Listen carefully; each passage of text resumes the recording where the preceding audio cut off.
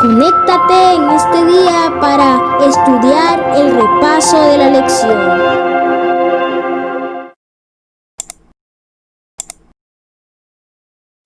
Hola, buen día para todos. Que el Todopoderoso les llene de grandes bendiciones. Hoy estudiaremos la lección número 4, los ojos de Jehová, la cosmovisión bíblica. Antes de empezar, lo haremos haciendo una palabra de oración. Oremos. Padre Santo y poderoso Dios, te damos gracias, Señor, en esta mañana por tu Espíritu Santo, por lo que tú haces por nosotros, por cada persona que nos escucha en sus hogares y que tú permitas que el poder de lo alto les pueda llenar y les pueda suplir todas sus necesidades y que nos acompañes, oh Señor, en el estudio de esta lección. En el nombre de Jesús. Amén y amén. El versículo de memoria lo encontramos en Proverbios, capítulo 15, versículo 3. A la letra dice: los ojos de Jehová están en todo lugar, mirando a los malos y a los buenos. Los pensamientos de los hombres están por debajo de los pensamientos de Dios. El hombre quiere tomar a Dios como algo pequeño, algo diminuto, pero Dios es soberano y está sobre todo lo creado. Si no quieres hacer conceptos errados de la creación, de la máquina mejor diseñada que es la humana, del planeta Tierra, de cómo funcionan los astros, de cómo se sostiene la Tierra, de cómo y con qué magnitud alumbra el sol, vea la palabra de Dios. Dios es su creador y Él dejó un manual de instrucciones para seguirlo y es la palabra de Dios. Muchas personas quieren mirar el mundo a través de la cosmovisión, que es la manera de ver e interpretar al mundo. El hombre quiere descifrar lo que lo rodea, pero enseñamos la cosmovisión del mundo que nos rodea a la luz de la palabra de Dios. A todos aquellos que desean conocer de nuestra creación, Dios quiere que tú le enseñes a tus alumnos cómo restaurar la imagen de Dios en el alma. Como adventistas del séptimo día, debes aferrarte a tus creencias y tener una cosmovisión sólida. Porque vamos a encontrar gente inteligente, gente bien preparada, gente con alto nivel académico que contradicen los principios que se encuentran en la palabra de Dios. Todo lo que se enseñe a nuestros hijos, feligreses y demás, como la ciencia, la historia, la parte moral del ser humano e incluso la cultura, debe estar basado en los principios de Dios. Por lo tanto, es fundamental que la cosmovisión bíblica forme la base de toda la educación adventista. Como hijos de Dios, estamos combatiendo en dos frentes: las batallas decisivas que ha librado el cristianismo bíblico a través de los siglos. Han sido esencialmente combates por la mente y la voluntad de hombres y mujeres. Jesús estaba bien al tanto del poder dinámico de las ideas para transformar e inspirar. Jesús dijo: conoceréis la verdad y la verdad os hará libres. Y en dos fuertes pasajes, el apóstol Pablo advertía a los cristianos: tengan cuidado de no se dejen llevar por quienes los quieren engañar con teorías y argumentos falsos, pues ellos no se apoyan en Cristo, sino en las tradiciones de los hombres y en los poderes que dominan este mundo. ¿Por qué? No estamos luchando contra gente de carne y hueso, sino contra malignas fuerzas espirituales del cielo, las cuales tienen mando, autoridad y dominio sobre este mundo oscuro. Por eso, como educadores, debemos estar críticamente informados acerca de los presupuestos filosóficos y las corrientes ideológicas que influyen sobre las teorías educativas, las de estudios y los libros de texto que se utilizan en la formación de los niños y jóvenes que asisten a nuestras escuelas, colegios y universidades. Como sabemos, en el mundo compiten tres cosmovisiones fundamentales. Primero, el teísmo afirma la existencia de un Dios increado y personal que es el creador, es Dios, sustentador y soberano del universo, y que personifica perfectamente el amor y la justicia. La cosmovisión teísta ha nutrido al judaísmo, el cristianismo y al islam, a la vez que ha ejercido una marcada influencia sobre la filosofía, las artes, la ciencia y las instituciones del mundo moderno. Segundo, el panteísmo identifica la deidad con las fuerzas y manifestaciones del mundo natural. Desde esta perspectiva, todo lo que existe participa de alguna manera de la esencia divina. Esta cosmovisión tiende a eliminar las distinciones entre el creador y la criatura, entre el bien y el mal, y entre las diversas religiones mundiales. A la vez, sacraliza el universo. El panteísmo tiene contactos con el neoplatoísmo y constituye la base de varias religiones orientales. Tercero, el naturalismo explica todo lo que existe como resultado de elementos y procesos físicos. Esta cosmovisión ya era conocida entre los filósofos griegos como impetuo durante el iluminismo europeo y ha ocupado un lugar predominante durante los últimos 150 años con el florecimiento de la ciencia y la tecnología modernas. Entre las ideologías y filosofías que se nutren de esta cosmovisión se encuentra el materialismo, el empiricismo, el positivismo, el secularismo, el ateísmo y el marxismo. Esta perspectiva secular de la existencia ha impregnado la cultura occidental a través de la educación, la actividad científica y los medios de comunicación. Jesús anticipó una etapa en la historia, próxima a su segunda venida, en la que los seres humanos confrontarían dos serios desafíos. Por un lado, la dramática pérdida de la fe en un Dios trascendente. Cuando venga el Hijo del Hombre, ¿hallará fe en la tierra? Por otro, la amplia difusión de engaños espirituales. Se levantarán falsos cristos y falsos profetas y harán grandes señales y prodigios de tal manera que engañarán, si fuere posible, a los escogidos. No te duermas y escudriña la palabra de Dios. Los ojos de Jehová están atentos a sus criaturas, pero vamos a encontrar maestros en esta tierra que van a decir que nada es real. Incluso el mismo hombre no es real. En teoría, él dice que el mundo no es real, que nada que nos rodea es real. Si lo que dice este profesor universitario es verdad, entonces, ¿cuál es la naturaleza de la realidad? Para poder encontrar la respuesta, utilicemos la razón. Algunos dirán que todo lo que existe, es decir, el universo, y todo lo que hay en él, es decir, todo lo que Dios creó, simplemente salió de la nada, solo apareció y punto. Es un argumento muy duro para nosotros los cristianos. Ellos, estos maestros, niegan la intervención divina. Para ellos no existe Dios. Por otro lado, es que algunos piensan que algún ser divino creó el universo. Esto toma más fuerza. Yo me voy con esta postura. No salimos de la nada. Siento la presencia de Dios. Es más racional, más sabio, más sensato, cobra más sentido, muestra una realidad mucho más amplia, más profunda que la visión ateo materialista que escuchamos a menudo. Leamos algunos textos de la palabra de Dios. Salmos, capítulo 53, versículo 1, dice la palabra de Dios: dice el necio en su corazón, no hay Dios.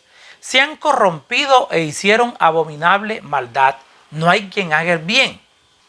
El Salmo 53 presenta una vivida descripción de la impiedad generalizada en un mundo en decadencia.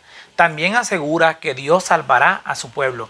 En Lucas capítulo 1, versículo 34 y 35 dice la Biblia: entonces María dijo al ángel: ¿cómo será esto? Pues no conozco varón.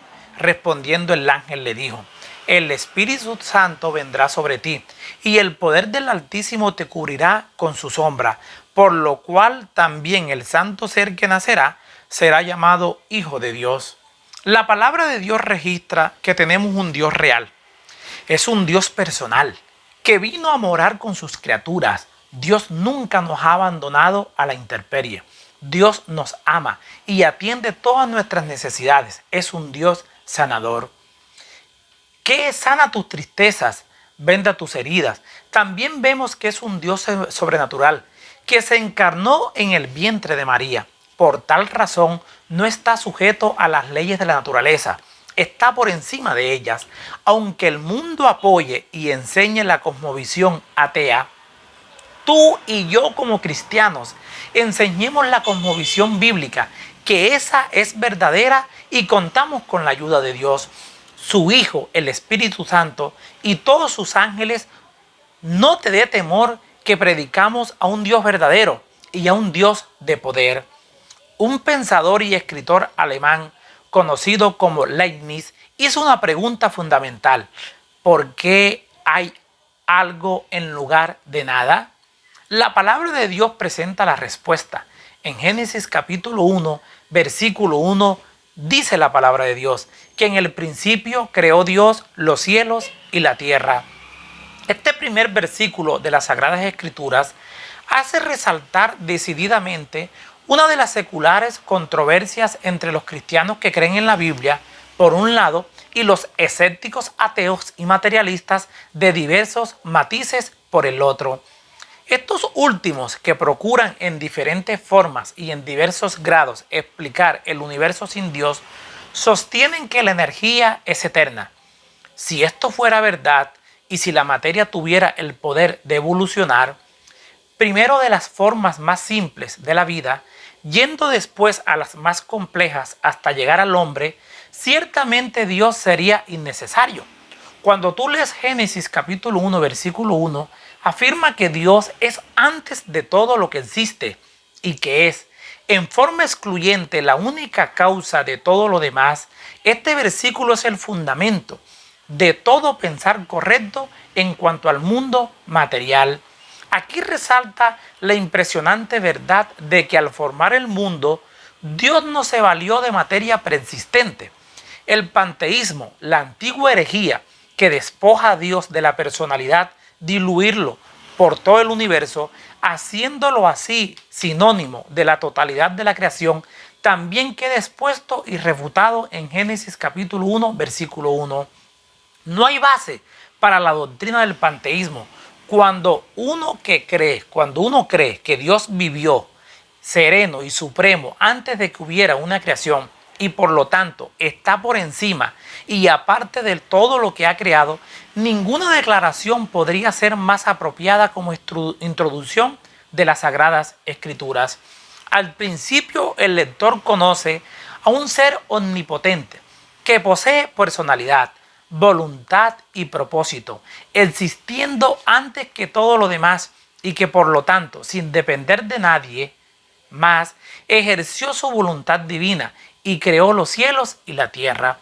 Muy en especial, nada se gana con especular acerca de cuándo fue creado la materia que constituye nuestro planeta. Respecto al factor temporal de la creación de nuestra tierra y todo lo que depende de esto, el Génesis hace dos declaraciones. Primero, en el principio creó Dios los cielos y la tierra. Segundo, acabó Dios en el día séptimo la obra que hizo. Los pasajes afines no añaden nada a lo que se presenta en estos dos textos en cuanto al tiempo implicado en la creación.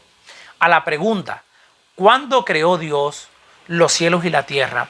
Y la pregunta, ¿cuándo contempló Dios su obra? Tan solo podemos contestar que Dios acabó en el séptimo día todo lo que hizo, porque en 6 días hizo Jehová los cielos y la tierra, el mar y todas las cosas que en ellos hay, y reposó en el séptimo día. Estas observaciones acerca del relato de la creación no se hacen con el propósito de cerrar el debate, sino como una confesión de que no estamos preparados para hablar con certeza si vamos más allá de lo que está claramente revelado. Las mismísimas primeras palabras de la Biblia establecen que la creación lleva la marca de la actividad propia de Dios, el pasaje inicial de las Escrituras familiariza al lector con un Dios a quien deben su misma existencia todas las cosas animadas e inanimadas, como lo dice Hebreos capítulo 11, versículo 3. La tierra aquí mencionada, evidentemente, no es el terreno seco que no fue separado de las aguas hasta el tercer día, sino todo nuestro planeta.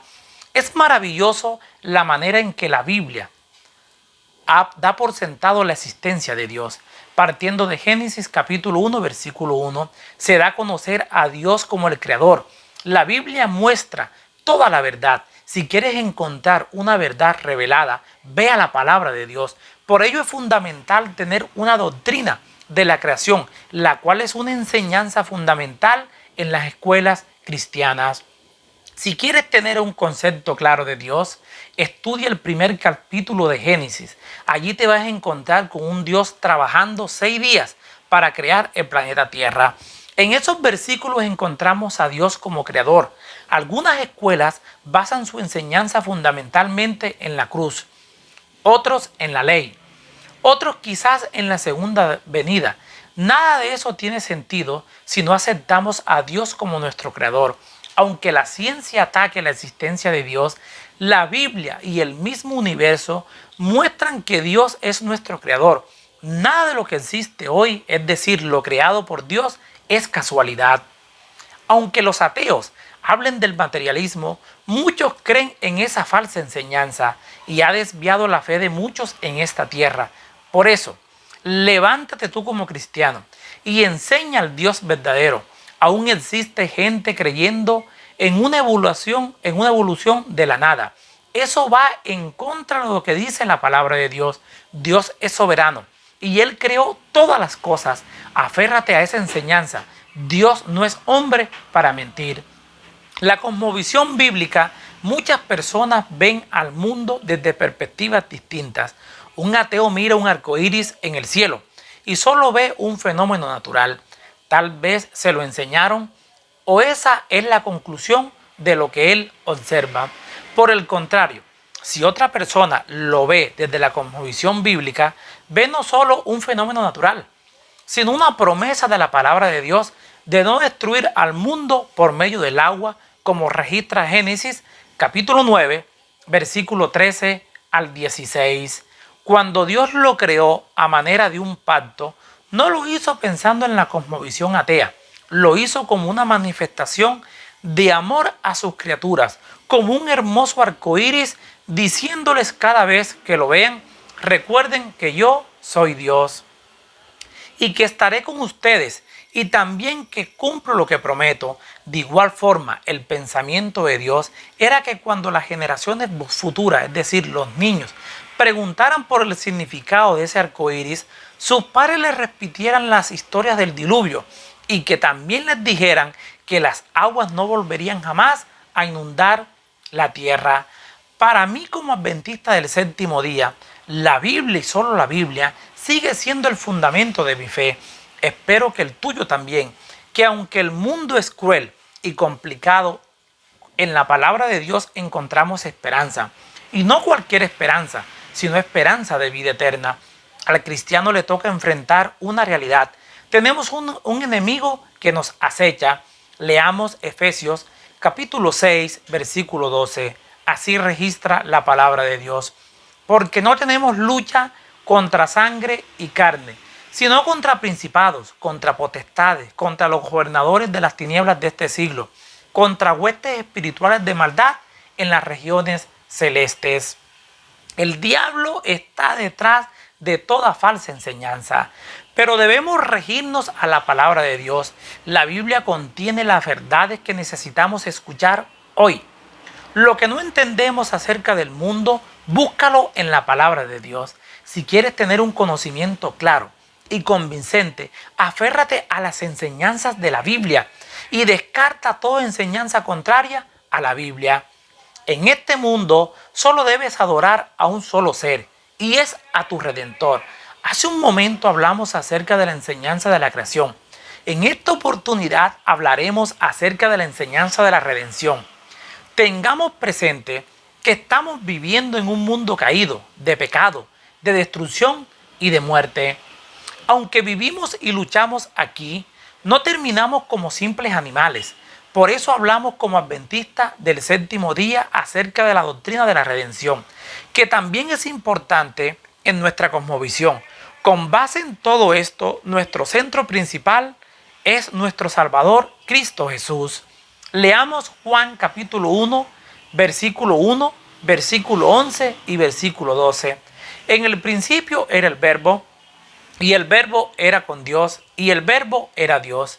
A lo suyo vino, y los suyos no le recibieron. Mas a todos los que le recibieron, a los que creen en su nombre, les dio potestad de ser hechos hijos de Dios. A todos los que le recibieron, no meramente como un hombre o aún como un profeta, sino como el Hijo de Dios, al enviado de Dios, al Mesías. Juan aquí presenta como un error la creencia de que sencillamente porque Cristo murió por todos los hombres, todos serán salvos. También presenta como igualmente falsa la creencia de que Dios predestina a ciertos hombres para que sean salvos y a otros para que sean condenados. Enfáticamente, Juan declara que el factor decisivo radica en los hombres mismos. A todos los que le recibieron y creen en Él, se les da el derecho de ser hijos. Para ser redimidos hay que creer en el nombre de Jesús. Para ello debes creer lo que esa persona dice. Los demonios creen que hay un Dios, pero esto es completamente diferente de creer en el nombre de Dios. La primera es una vivencia intelectual. La segunda es moral y espiritual. Creer en el nombre de Cristo es posesionarse de los recursos de la salvación en Cristo Jesús. La fe es la condición con la cual Dios ha creído conveniente prometer el perdón a los pecadores. No hay virtud alguna en la fe por la cual se pueda merecer la salvación, pero la fe puede aferrarse de los méritos de Cristo. El remedio concedido para el pecado. Debido al pecado, el hombre había perdido todos sus derechos y merecía la pena de muerte. El plan de salvación hizo que el hombre recuperara la oportunidad de conocer a Dios y de servirle por su propia elección. No solo debes creer en Jesús, también te invita a adorarlo. Debemos decirle al mundo que Cristo vino en carne, que vivió en esta tierra, que murió en esta tierra, que también resucitó en esta tierra, que está a la diestra de nuestro Padre Celestial, pero lo más hermoso vendrá por segunda vez por todos aquellos que acepten la verdad de la palabra de Dios. ¿No te parece fantástico creer en la cosmovisión bíblica? Cree en el Señor Jesús y guarda su palabra en tu corazón y espera la bendita esperanza, nunca te fallará. A muchas escuelas no les gusta hablar de la ley de Dios, pero ¿cómo no hablar de esa ley si está en la palabra de Dios? No hablar de ella sería abolir los escritos de la Biblia. La gente quiere tomar sus propias decisiones. Leamos en la palabra de Dios Deuteronomio, capítulo 12, versículo 8. No haréis como todo lo que hacemos nosotros aquí ahora, cada uno lo que bien le parece. Se recalca que en el ejercicio de Dios no hay neutralidad. La iglesia hoy necesita orar constantemente por el poder divino, a fin de mantener absoluta lealtad. Queremos hacer lo que nos parece, pero no somos lo suficiente buenos para saber qué es lo moralmente correcto hacer. Para saber cómo actuar y qué hacer, Dios te dio una ley de libertad. Dios te dio un código moral para vivir. Nosotros muchas veces no alcanzamos a ver qué es lo correcto, pero Dios sí. Leamos Marcos capítulo 12, versículo 29 al 31. La palabra de Dios registra. Jesús le respondió: el primer mandamiento de todo es: oye Israel, el Señor nuestro Dios, el Señor uno es. Y amarás al Señor tu Dios con todo tu corazón, con toda tu alma y con toda tu mente y con toda tu fuerza. Este es el principal mandamiento. Y el segundo es semejante: amarás a tu prójimo como a ti mismo. No hay otro mandamiento mayor que estos.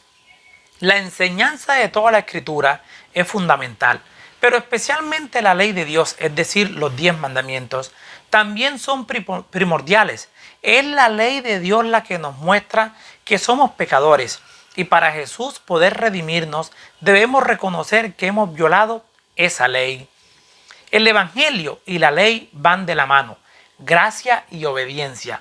Aunque tenemos bien claro que la ley no nos salva, para ello tenemos el Evangelio, que es Cristo Jesús. En la educación cristiana, la ley debe ser exaltada, teniendo como ejemplo a Cristo, como el código moral que nos muestra lo que realmente es correcto a la vista de Dios. Les habló Flavio Martínez. Que la paz de Dios les acompañe en este día.